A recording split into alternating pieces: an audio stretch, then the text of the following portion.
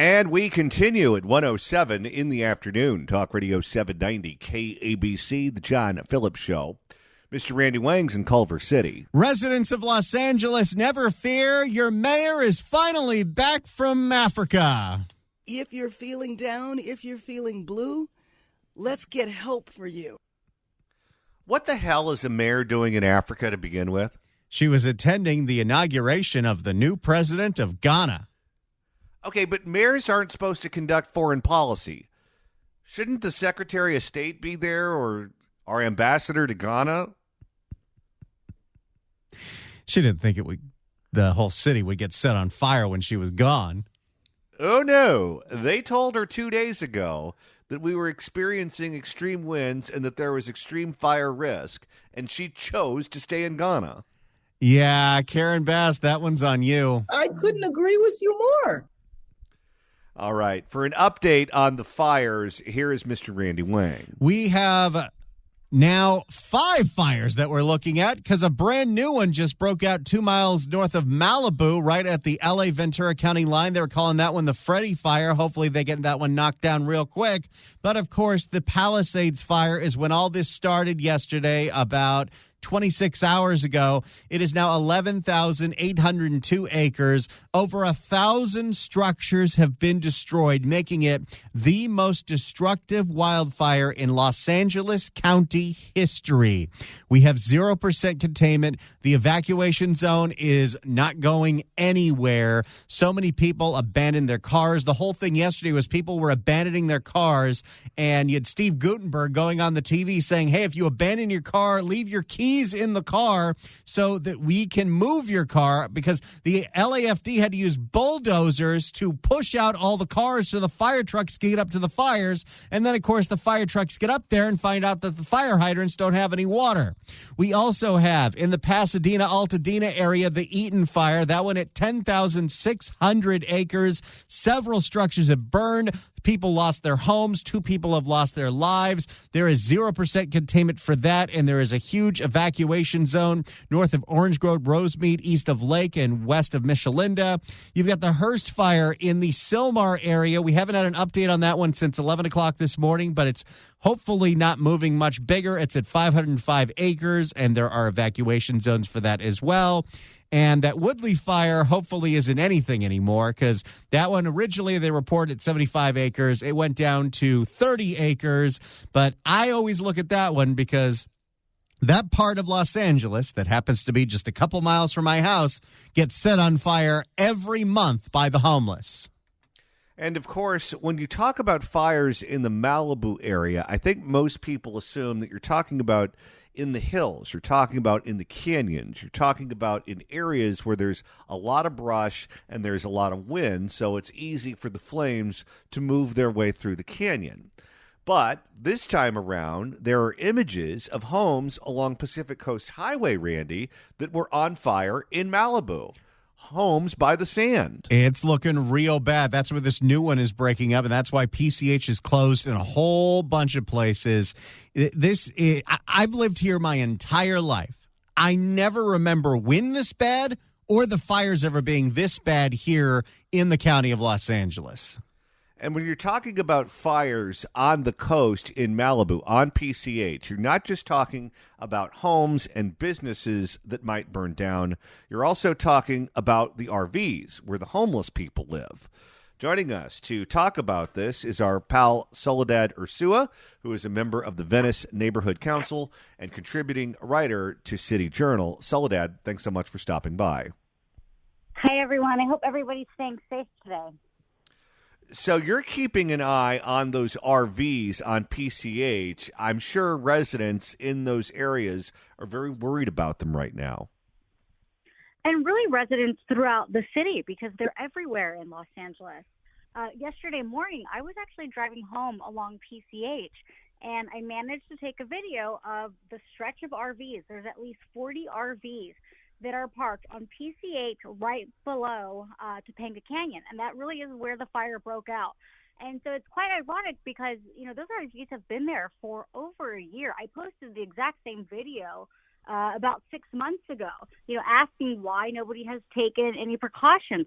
And when you think about it, those RVs are just so dangerous, especially during wildfires, because they have highly combustible items. They have tanks, they have generators, grills, and so these items will just blow up, especially during these sort of wildfires, this dry weather events. And so you would think that the city would move these basically sources of fuel just away from the public, and yet they really do nothing. They do nothing to mitigate these disasters, and now everyone is caught flat-footed. Based on your observations, are most of the people who live in these RVs, do they evacuate, or are they sticking around in the RVs in the fire zone? I would imagine those RVs have burnt by now. PCH is closed in that area. When I was driving, I did see some of the RVs driving. So the RV dwellers were fleeing as well. I would think that by now anything along that area has burnt up. But when you look at what's happening just, in nearby Venice, all of the neighbors here are very on edge. I'm on a text chain with about 30 different homeowners. And, what's going on is the wind is just incredible. I live in a very old house. It's a 100-year-old house, and my windows are shaking. I was afraid that the windows were going to break last night. So I was drawing the curtains.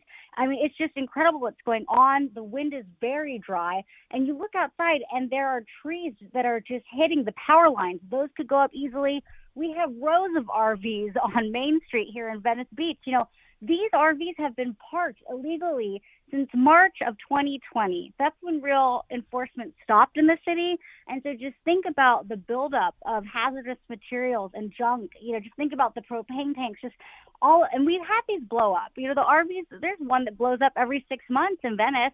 And so just imagine, it's really the perfect storm of lawlessness and, refusal to enforce any kind of fire code. So the city is just so negligent, and this is really what is going to stress test us right now. Well, and then if and when those RVs burn down, it'll be interesting to see how the city handles it, because when I was in Oakland earlier this year to watch the Angels play the A's, I came in on the BART. And one of the first things you see when you cross the bay from San Francisco to Oakland is you see these burnt out RVs all over the streets, where they're taking up essentially all of the available parking in those neighborhoods. And I don't know how so many of them were lit on fire, but many of them were burned out. They were non-operational. The city would have to tow them out, but instead of towing them out, they just leave them there. And so these neighborhoods have all of these burned out RVs that I assume have been there for quite some time. I wonder if the city of LA, the city of Malibu, if they will at least attempt to move these RVs out of the way so that people can park there and we can go back to using the street again. Or they're just going to leave them there and they're going to turn into blight. Well, more than likely, there's going to be a mass cleanup effort after this. It's tragic to see some of these, scenes coming out of it. It looks like many structures are destroyed, many homes destroyed. It's very apocalyptic. So I think that what will happen is, Newsom's already signaled he wants FEMA dollars. He's just going to write this off as an emergency. What they try to do is, they just act like there's nothing that they could have done to have prevented this, that it's just they blame it on climate change. And so that is just the best way for these failed elected officials to tap into federal money and to shift the problem over, when there's so many issues that they could have taken up to really mitigate some of this. They knew this was coming. Mayor Bass knew that there was going to be these high winds. We have them every year, and yet nothing is done. And so what we're seeing is that really the fuel that is happening is from these failed progressive policies, that this really has been the perfect storm. I've never seen anything like this in Los Angeles. And everyone is really living just on edge right now. I have a bag packed in case all of a sudden a fire breaks out in Venice, because if it happens in Venice, the whole neighborhood will go quickly. And so most people are like that right now. Everybody's just waiting on edge. I'm looking out the window right now. The trees are blowing. They're hitting power lines. I mean, it's not getting any better. So it may be a few days of really just waiting on edge, and we're just hoping that it doesn't spread in this neighborhood where it's highly dense. Well, you're right that they're going to blame it on climate change. They're going to blame it on Donald Trump. But here's my follow-up to that. What does Donald Trump and what does climate change have to do with you checking to make sure that there's water in the fire hydrant? That's on you. That's a failure of government. You're supposed to check these things. You're supposed to make sure that your equipment is operational. We all went after PG&E, and rightfully so, when they were held responsible for starting the campfire because their equipment was faulty. They knew their equipment was faulty, but they chose not to replace it because they didn't want to spend the money. They thought it would be cheaper if they just left the old equipment out there, and if something bad happens, fine, that'll be an insurance claim. Well, okay, if you do that, then you're a bad actor if there's a fire because you could have done something about it. If you're the city and you're supposed to make sure that your equipment's operational and there's no water in the fire hydrants, how is that any different than what PG&E did in Northern California? So it's interesting you brought up the fire hydrants. I looked this up to get my dates right. So in January of 2021, there was a big fire on the oceanfront walk. What happened was a homeless person in their tent, there was a cooking fire at 3 a.m., and the tents were abutting or touching a 2-story commercial building. So the building went up in flames. And when the firefighters went there, they went to tap in to the fire hydrants. This is on the oceanfront walk here in Venice Beach, and there was no water. So this was already in 2021 that we knew that there are issues like this. So it seemed like a one-off event, right? But it looks like this actually could be much more widespread than we think.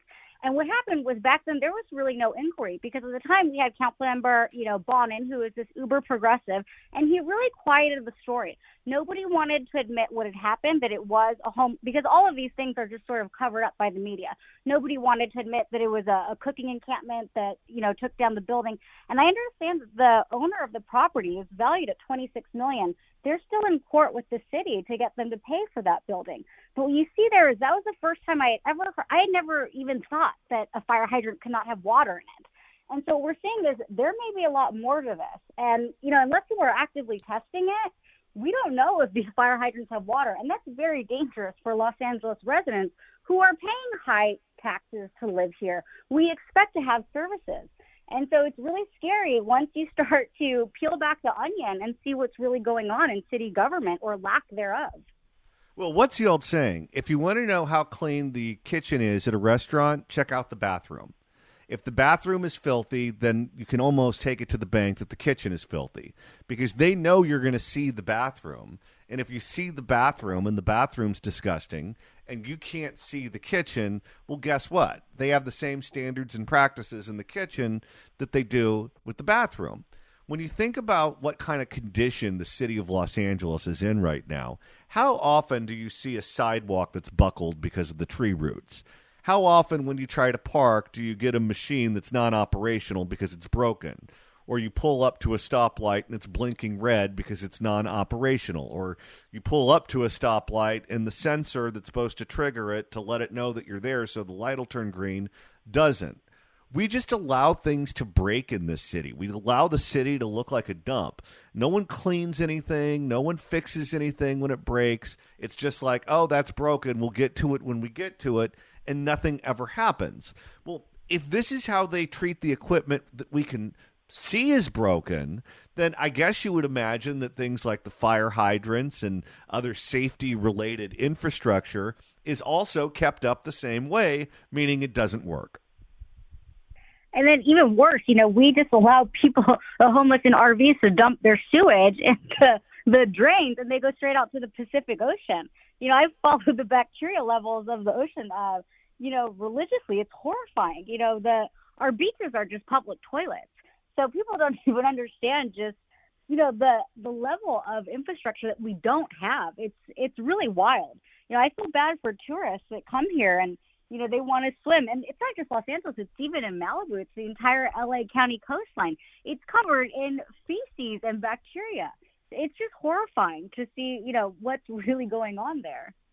Well, and it just leads you to believe that there's zero chance that this city is going to be ready for the Olympics. When the Olympics come here in 2028, you have to be clicking on all cylinders. We were able to do it in 1984, but the city is very different, and the competency at City Hall is very different today than it was back then.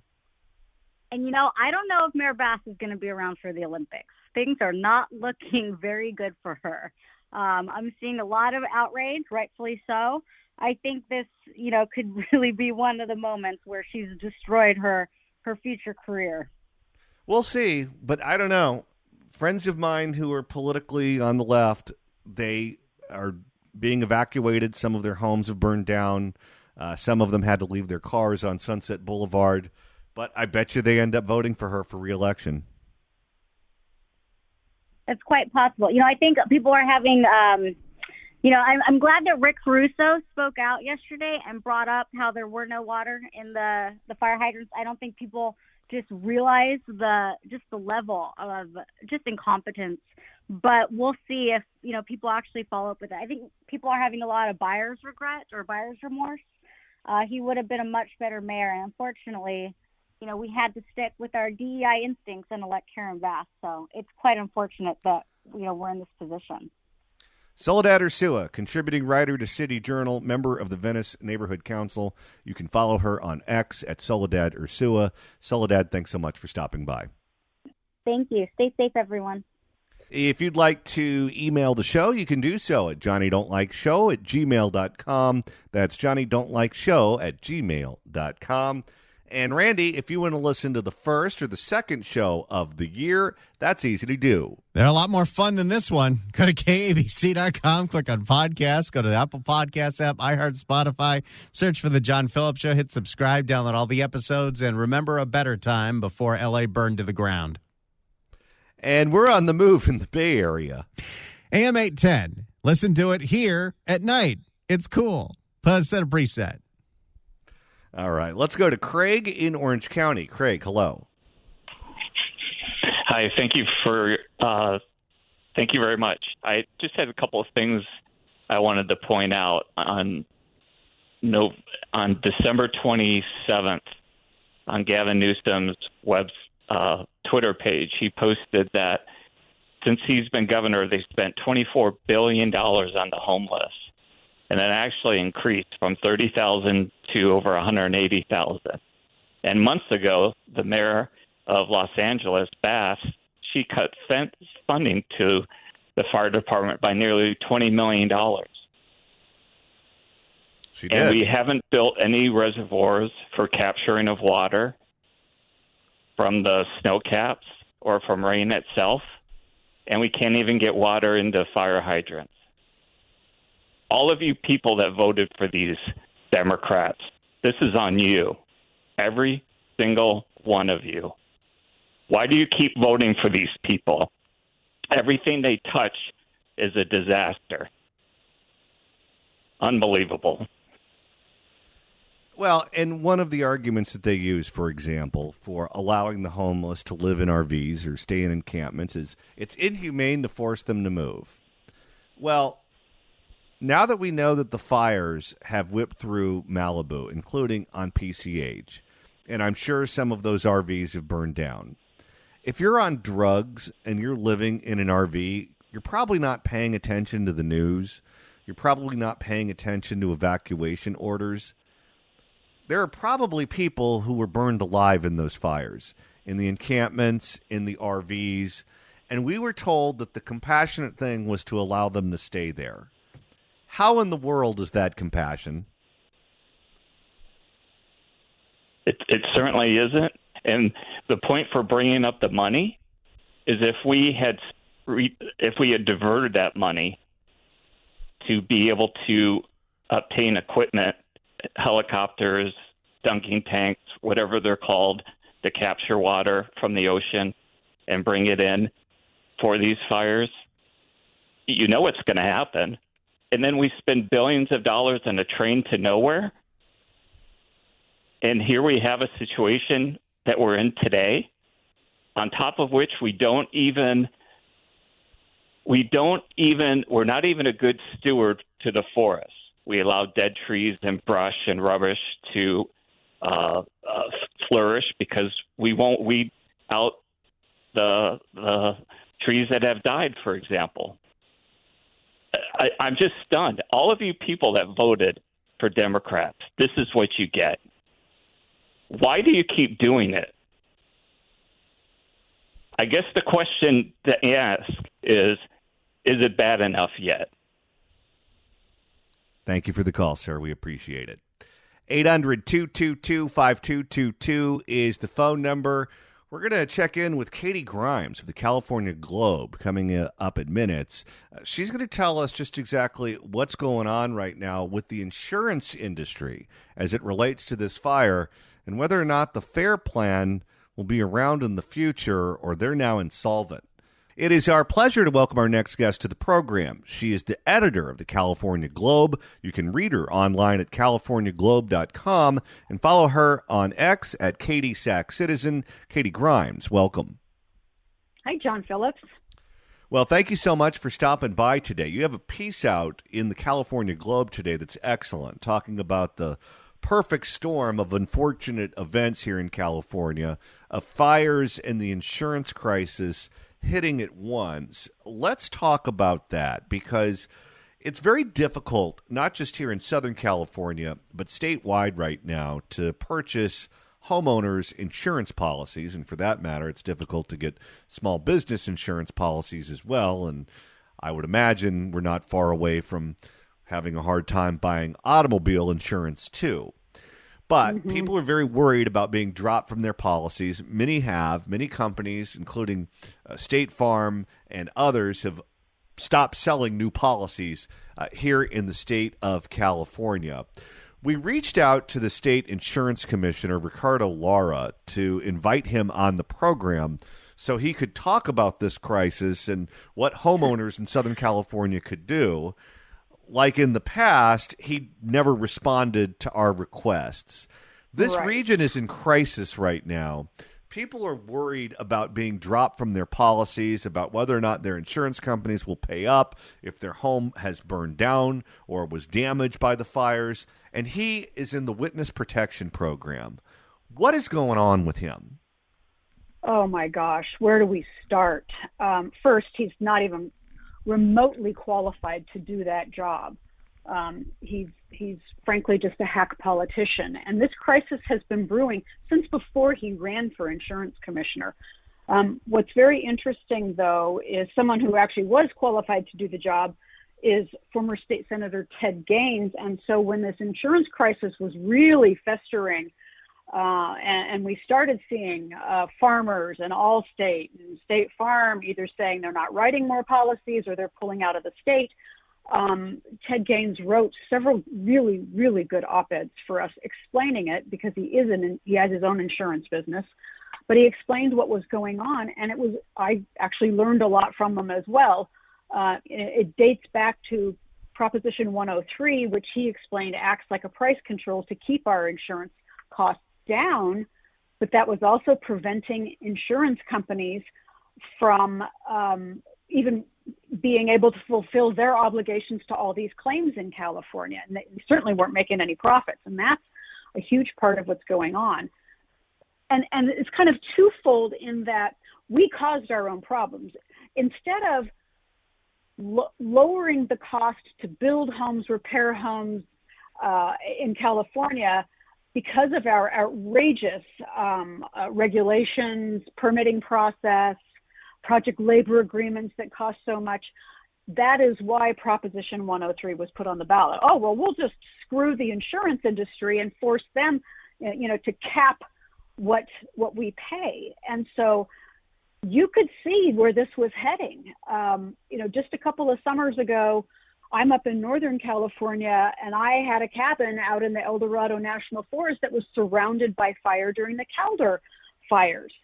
It seems that every year or two, we're having major, major fires in this state. 2018 was the Paradise Fire. 85 people were killed, and the town was absolutely destroyed. And that, unfortunately, sounds more like what's happening in Pacific Palisades today.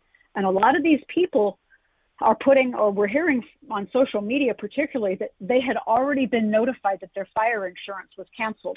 So once their home burns to the ground, they can't recoup the cost.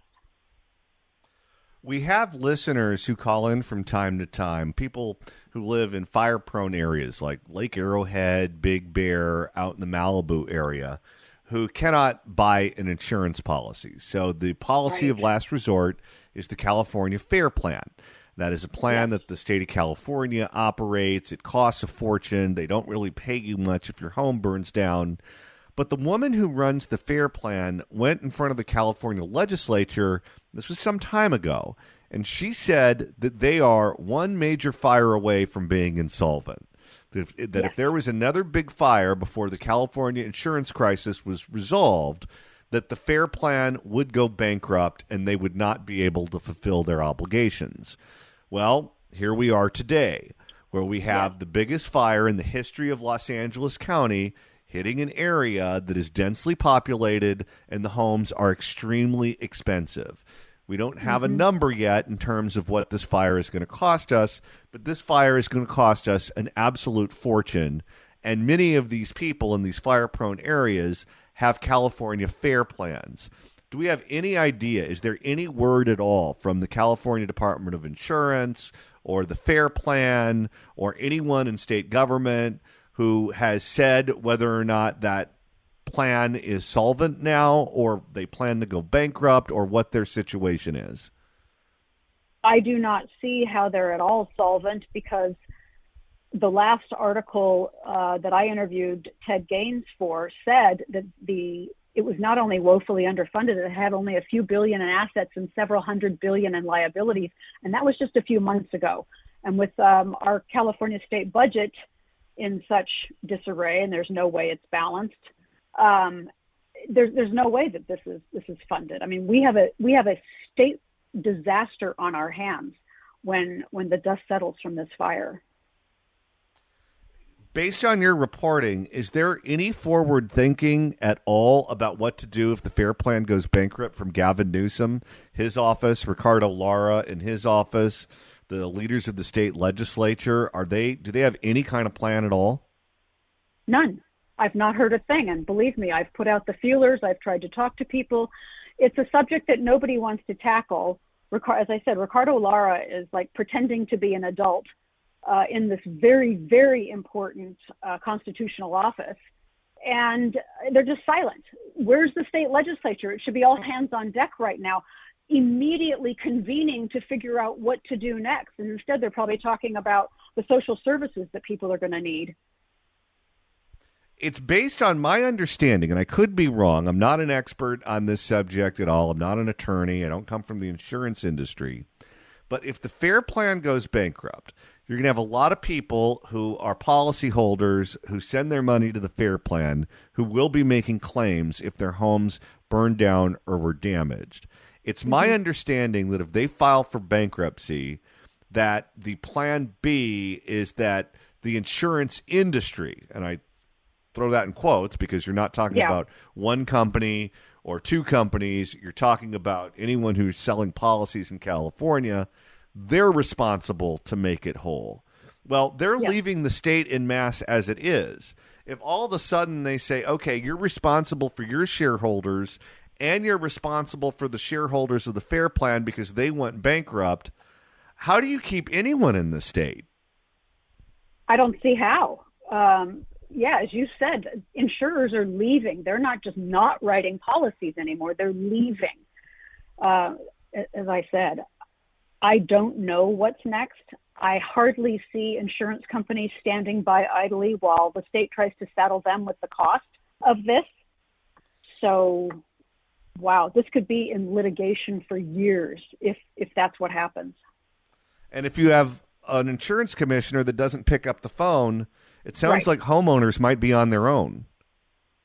Absolutely, and that's what's so devastating. I mean, there's no way people can recoup these costs at all. This isn't the prairie anymore, where you just, if house burns down and everybody in the neighborhood helps you build a new one. It's not how it works anymore. Katy Grimes, editor of the California Globe. You can read her online at californiaglobe.com. If you have interest in the subject of what's going to happen to the insurance market here in California as we live through these fires, definitely read Katy's most recent article. That article, again, available at californiaglobe.com. You can follow her on X at Katy Sack Citizen. Katy Grimes, thanks so much for stopping by. Good to be with you, John. Let's go to Richard in Sylmar. Richard, hello. Good afternoon. Yeah. Hi there. One that all insurance carriers have to participate in to prevent the insolvency of any single carrier. Okay? They don't have a choice. They're mandated by law, and they've been paying it into it for years. So I don't know where it stands now because of the fires we've had in recent years. But, Lara is not the world's, not the sharpest pencil in the box. Let's put it that way. I don't think he's the sharpest spoon in the drawer. Well, any expression you want to use. The point is that the insurance carriers, let me tell you something, they are greedy. We know that. And so allowing them to leave is something that they shouldn't allow them to do. They should allow them they should force them to escrow funds for all the trailing claims on policies they had once. That's what an intelligent insurance commissioner would do. All right. Thank you for the call, sir. Let's go to Michael and Chino. Michael, hello. Hey, John. How you doing? Good. You and Randy are doing God's work, whether you know it or not, for years now. Thanks so much. I'm going to piggyback on what Craig said a couple callers ago. And I was up. I'm homesick. Been sick for days. I'm watching the news hours early in the morning from 10 p.m. till 4 a.m. And I'm just watching all these reporters and getting to the question Craig brought up, it kind of piggybacks on what I'm about to say. These Democrats keep getting selected time and again because the news media, purposefully or not, have their backs. And I'll be specific. 7 or 8 specific reporters, these poor people with masks and everything out there at midnight, wanting more to, were constantly telling us that a lot of firemen were telling them that there was no water coming out of some of the hydrants. And for whatever reason, I don't know what the reason is. Who knows? But on Channel 9, about 3:30 in the morning, some yo-yo with them, out of nowhere, said something that just blew my head up. He goes, by the way, no fire chief has called into our station to provide us, tell us that that's true. And I'm thinking, wait, no fire chief is called in to say that the Dodgers won the World Series in October either, but that's still true. Where does what editor whispered in this guy's ear to say, by the way, tell the public that no fire chief has called in to say that there's not been any water coming out of the hydrant. Are they trying?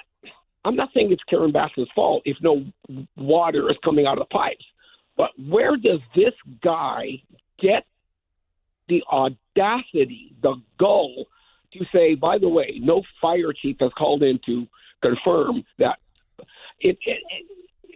These idiots are just covering. I don't know. It blew me away. Well, when these things happen, everything moves fast, and sometimes you get it wrong when you're trying to report the news as quickly as you get it. But you listen to these homeowners. You listen to people who lost everything that they have. I believe Rick Caruso's home burned down. His kids' homes burned down. He certainly has businesses who were there that were at fire risk. He flatly said that there was no water in the hydrants in the Pacific Palisades. If anyone would know, it's him. He said it by name. Other homeowners I've seen interviewed on the news, they're saying the exact same thing. If some reporter on whatever channel says, well, we don't have confirmation from the fire chief, fine. But the people who are losing everything right now, that's what they're saying, and they have no reason to lie. I believe them. Thank you for the call, sir. We have one more hour coming up on the John Phillips Show right here on Talk Radio 790 KABC.